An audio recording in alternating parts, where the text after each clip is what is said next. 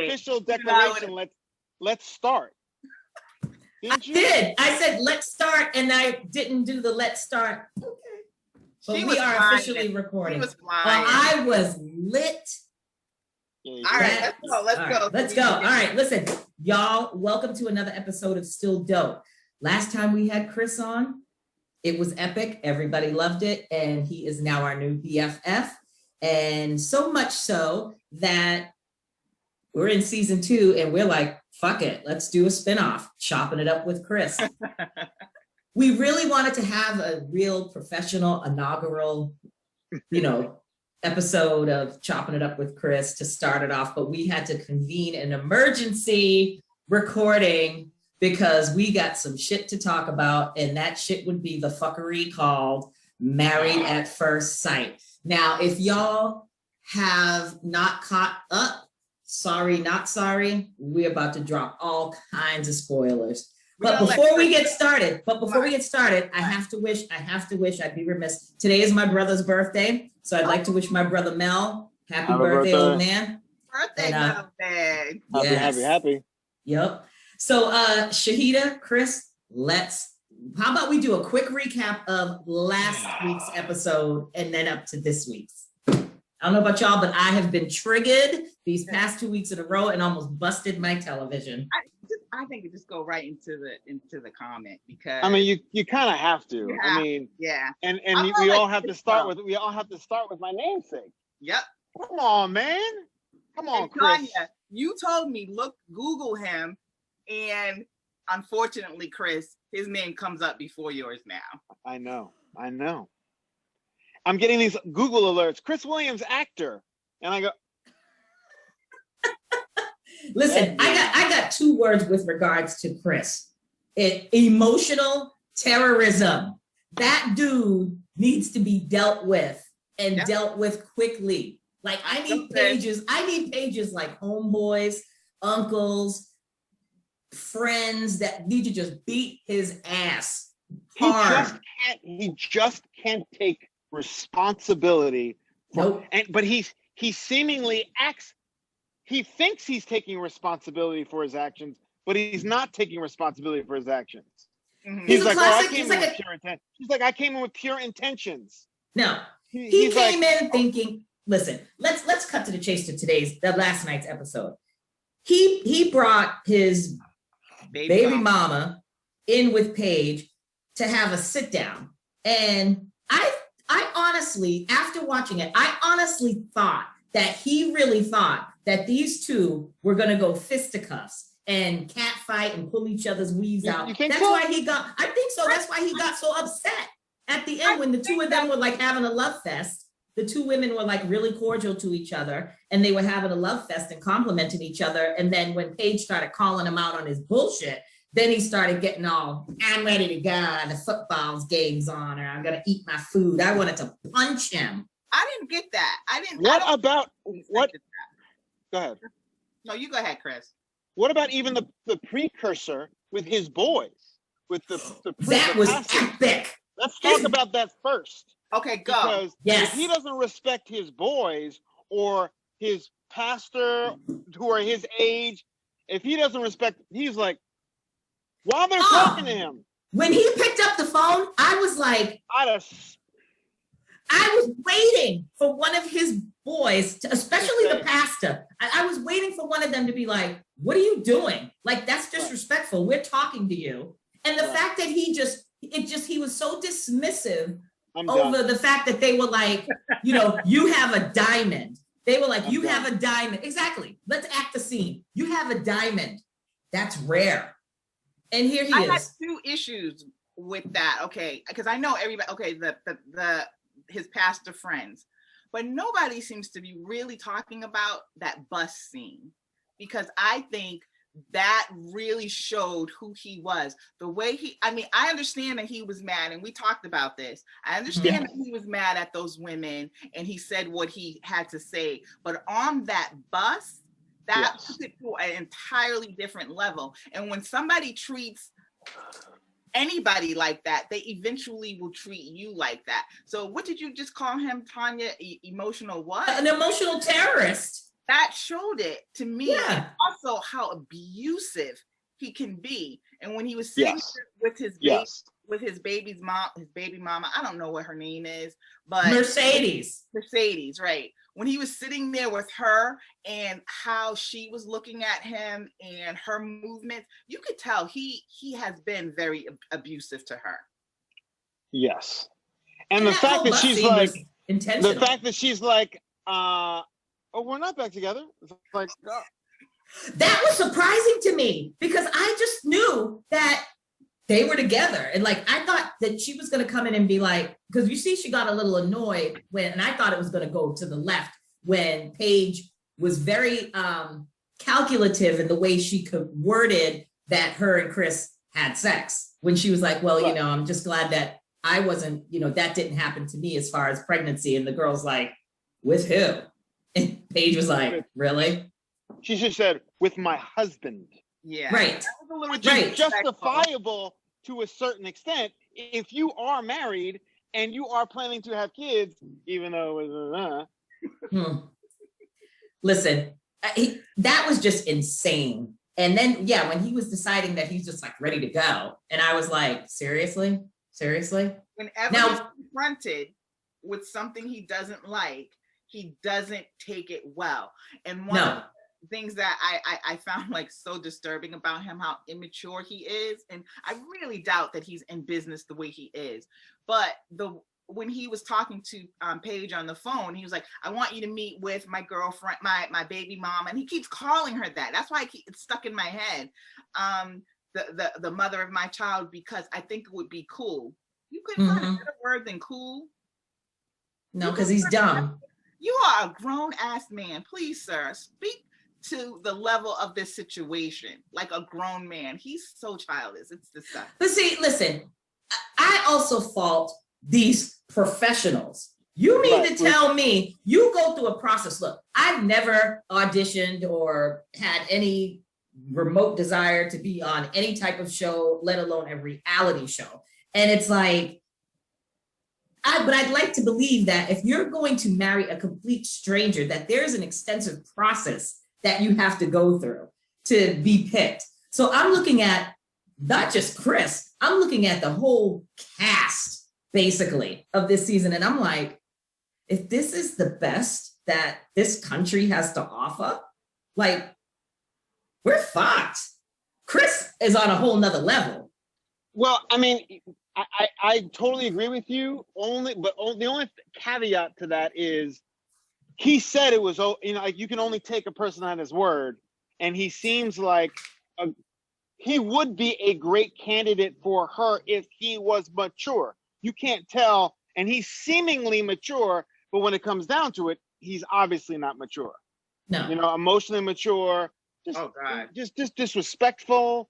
And the boys thing was, and I was like, these are the two big brothers too. Like I was like, really, you're gonna have these are your friends or people you look, you know? And he wasn't taking in like, yeah, man, but you know, or arguing back with it. He just shut down and was like, I wasn't attracted to her in the first place. I wasn't attracted to her. I didn't like their advice about him, him telling him that he should stay with the marriage because it would be the most unselfish thing to do. And we said this.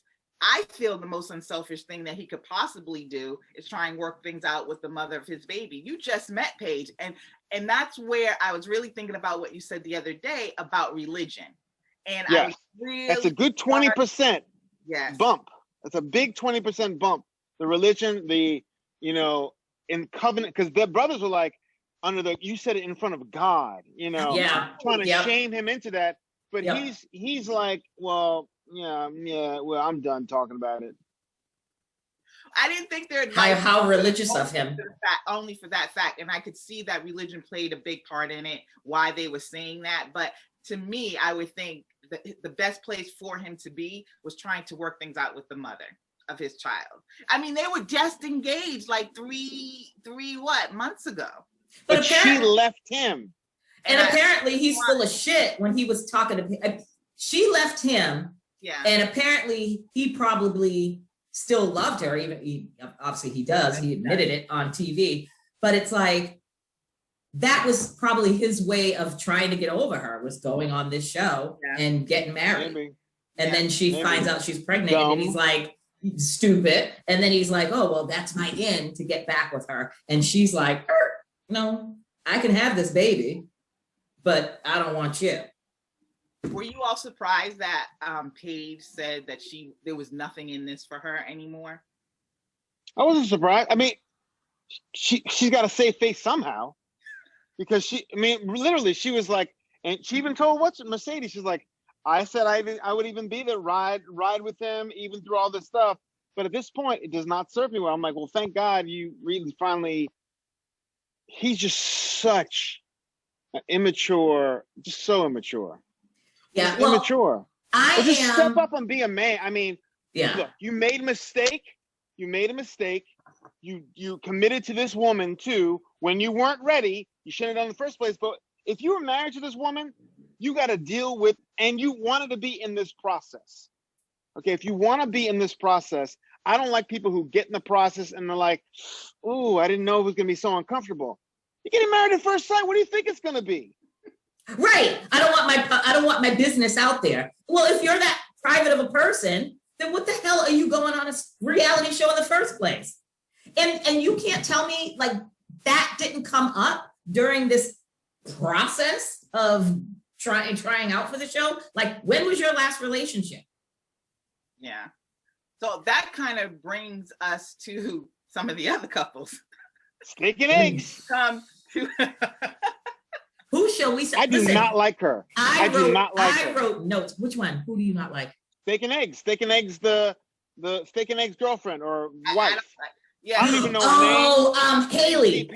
Haley and Jacob. That's Haley and Jacob. Yeah, Haley and Lauren have two of the names. Haley is like, oh, we're gonna try to work it out. You didn't want to work it out in the first place. She's telling everybody else, I'm trying to. Oh, he apologized many times. Yeah, bitch, because you weren't fucking saying anything.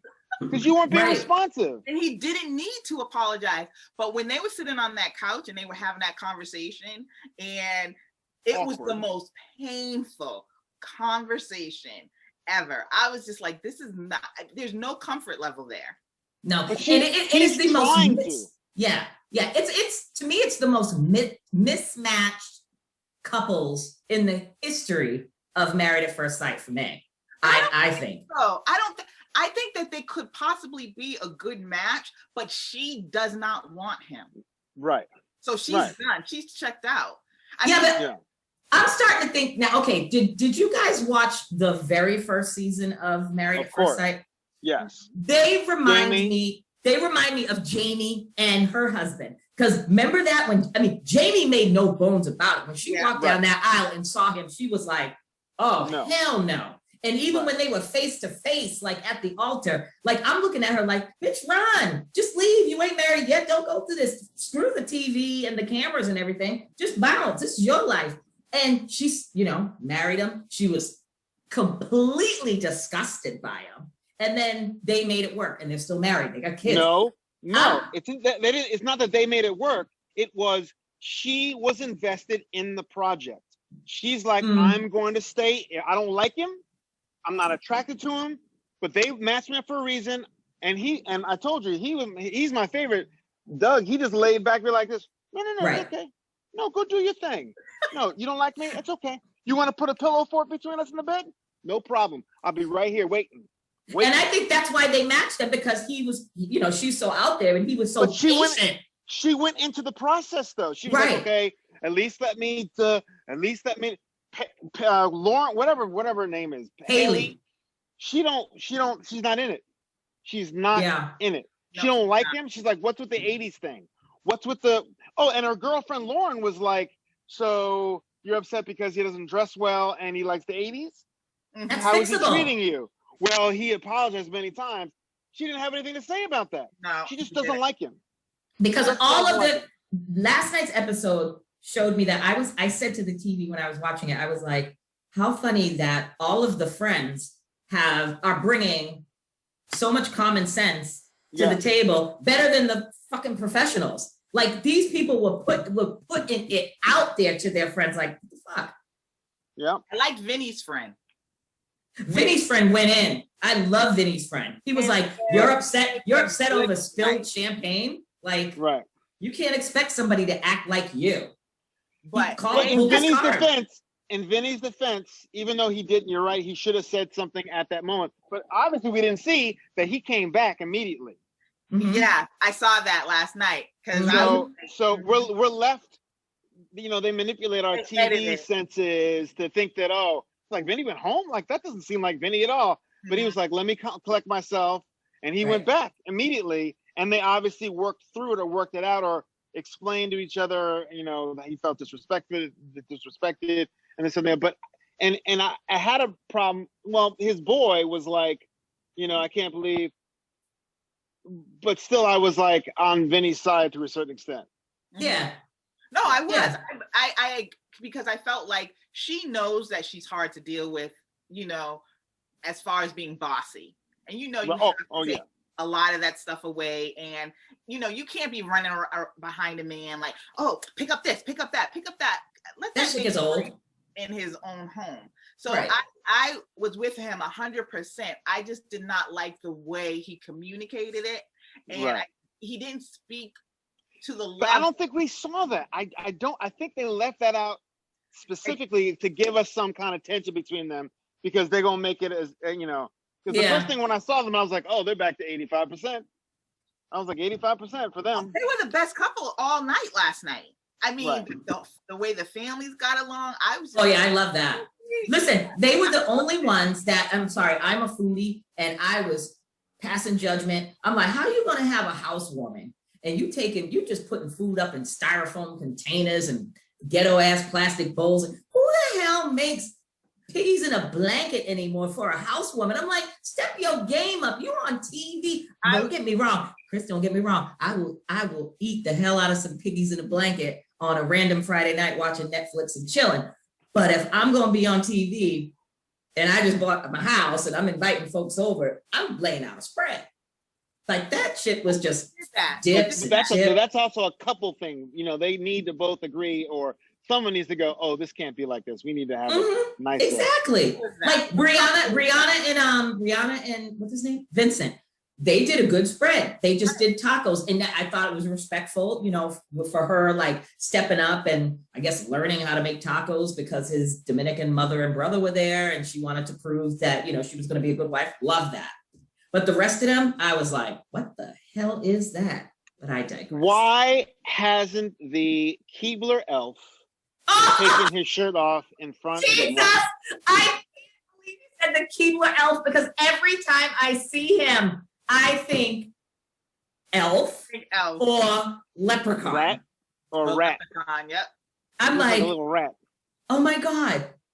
And I like her. Why hasn't he taken his shirt off? Clara? There's something wrong with that. Something's wrong with that. There has to be. And she's like, yeah, I'd like to have some more sex. Yeah, I'd like to have any kind of sex. I mean, exactly. I'm like, what man, grown-ass man, that's got a whole wife that I'm assuming he's attracted to. I mean, he says it. And I'm like, how are you not? And she clearly is not making no bones about it that she wants to get her back blown out. And he's not doing anything. Right. And I like the fact that she brought that up to the friends. Yep. Yes. Well, I was here. And I wish someone had said, what? You haven't taken your shirt off? What's going on? He's like, yeah, well, you know, I'm very methodical. I like to take things slow. I'm an old man. I'm like what do you say? I'm like a 20-something-year-old man and like turning 70-something. And I'm like, dude. If he was attracted to her, that would not be the issue. There's something else going on there. Because I don't think she's unattractive. You are on the fence. No, I don't think she's unattractive. I just can't tell if she's attractive or not.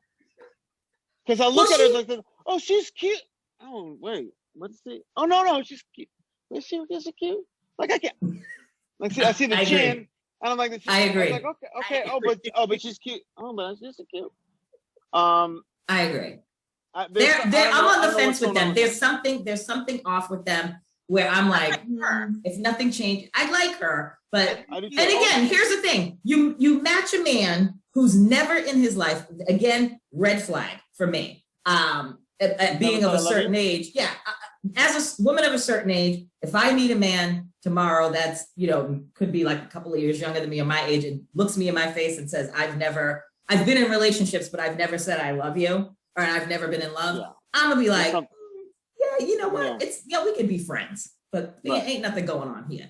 And the fact that if she's wanting it too, if she's wanting it, what? And she basically admitted that in every relationship she's been in, I tell him I love him. I'm always falling in love. And she says she gives up everything too. Right. She said, and I usually give up everything. So I'm looking at it like Pastor Cal, you know, what's her name? Dr. Pepper and that other Dr. Pepper and that other woman. I'm like, did you not get the red flag? Like, the man never said I love you to any woman, and you're gonna pair him up with the bitch that loves everybody and sleeps with everybody, like puts out. Yeah, first time. It makes sense. What about the other couple? I can't think of her name. The one Noodle Arms. The drunks. You talking about the drunks? Virginia and Eric? Yeah. Another mismatch. What did you call her? No, I don't know about that though. I called her the drunk, the drunkard. You think what? Oh, that's not gonna work. That's not gonna work. What did you say? What? I called her the drunkard. Right. Chris said something. I missed what he said. Oh, sorry. No, he's Noodle Arms, but I think it will work because, first of all, he's releasing a little bit more control now that he sees, you know, he had a friend talk with Chad or Lane or whatever, you know, the white name, Abercrombie, talk to Abercrombie, and he had the conversation with him, and I was like, still going, yeah, but, and he just needs to grow up. I mean, it's just a matter of her growing up, and there's something off about him too, though. There's something awful. I don't know if it's a I think he's a little insecure within himself, because there was one time they were talking when she got back from her friend's wedding, and the two of them were talking, and he was like, and I literally had to rewind it back because I'm like, say what? He was like, you know, I like the fact that we were talking a lot. He's like, I thought that was good. I think every 2 hours is good. And I was like, I was like, hold on, pump your brakes, old man. I mean, we're older than him, but I'm like, dude, I could literally be in a lifetime committed relationship with a dude and worship the ground he walks on. But what I'm not going to do is have that expectation on my head that I need to text you or reach out to you basically checking it every 2 hours. Get the fuck out of here. We got social media. You want to see what's going on? Go to my IG or my Facebook. Well, you know, it's probably sorry, go ahead. No, I think that it's not going to work because that's not going to work. She has no girlfriends. Ding. At that dinner, housewarming, only woman there, and she loves that. Loved it, ate it up. You don't have one female friend. She loves too much male attention, which is fine to an extent, but he's not going to go for that. But not at your housewarming, because he's a pilot. So, you know, I'm not a man, but I'd like to think I think like a man. And I'm saying to myself, if I'm on a plane on my job, you know, traveling across the world, like, what's happening at my house? Like, is my wife got like all her homeboys at the crib? Well, remember, this is a family thing. His dad did the same thing. Right. What you mean? So I wonder. His dad was a pilot too. His dad was. So I wonder what the relationship with him, his father, and his mother was like. You know, was he constantly on her, and she was a housewife? Who knows? Well, that was never addressed, because at the wedding, when they had the brunch the next day, and what's her name? Virginia was sitting with his mother, and I believe it was his aunt or something. And the mother, exactly. And the mother basically told her, you know, it's a hard life being the wife of a pilot, because I'm the wife of a pilot. But, you know, you get used to it, and, you know, you'll figure out how to, you know, deal with your time when he's gone and you're at home by yourself. She's fine, because she has those 3 guys that she's gonna be in them streets. She's 26. I'm like, listen, I felt every word that Eric said when Eric said, I was 26 once, and I was like, that's the thing. It's like I was 26 you were months. 26, you did your thing. You can't expect her not to want to do her thing. But she signed up to get married at first sight. Yeah, right. Exactly. Now she's married now. And that's what he said. He said, we're married now. It's a different ballgame. We're not dating.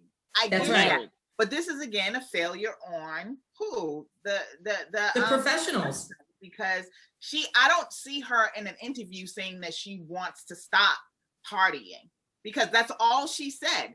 And then why would you do it in the first place? I don't understand why you would do it in the first place. She doesn't seem like she wants to get married.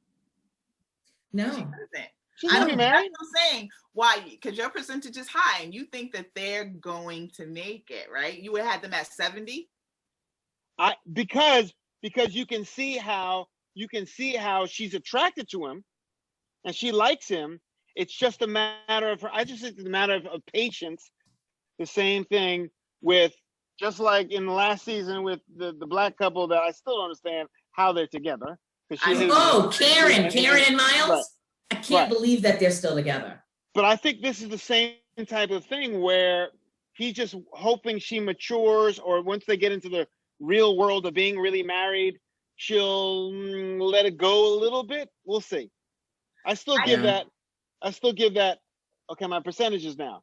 I still give them 70. I still give them 70. 70, okay. I give the rat and the chin. I'm sorry, I should not be mean in case they're watching this. I don't mean, but it's just a prominent feature that you have. Jay Leno has the same thing. Yeah. I would give them he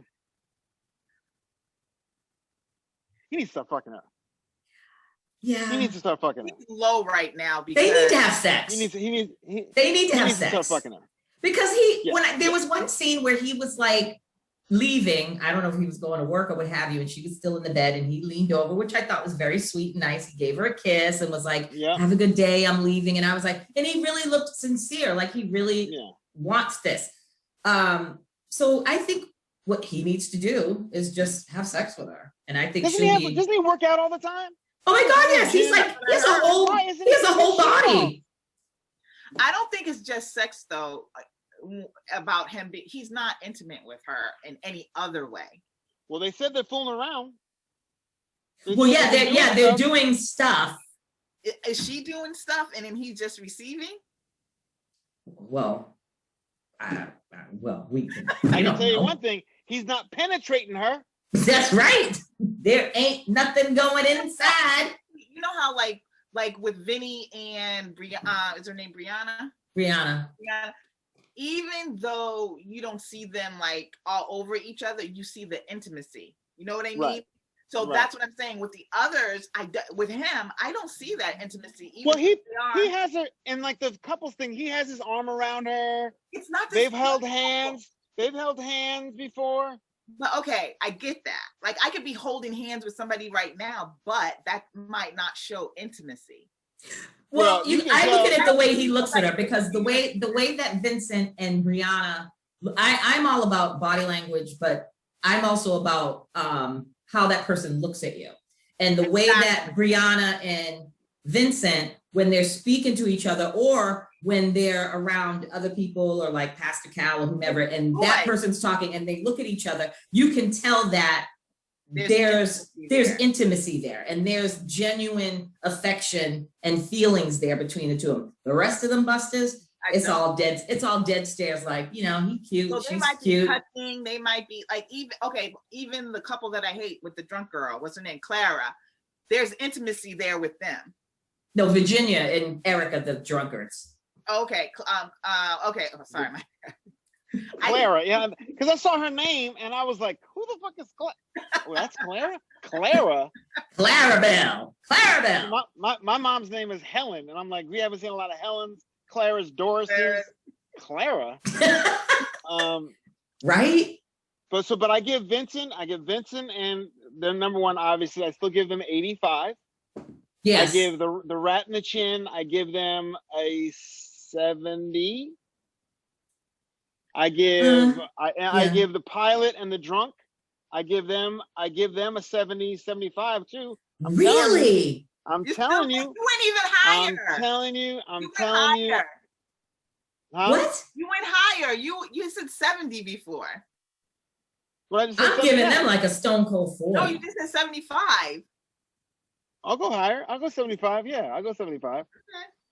Because I think this last meeting, it was at 70 for me. This last meeting, he had a conversation with the dude. I think he feels a little more comfortable about that, kind of.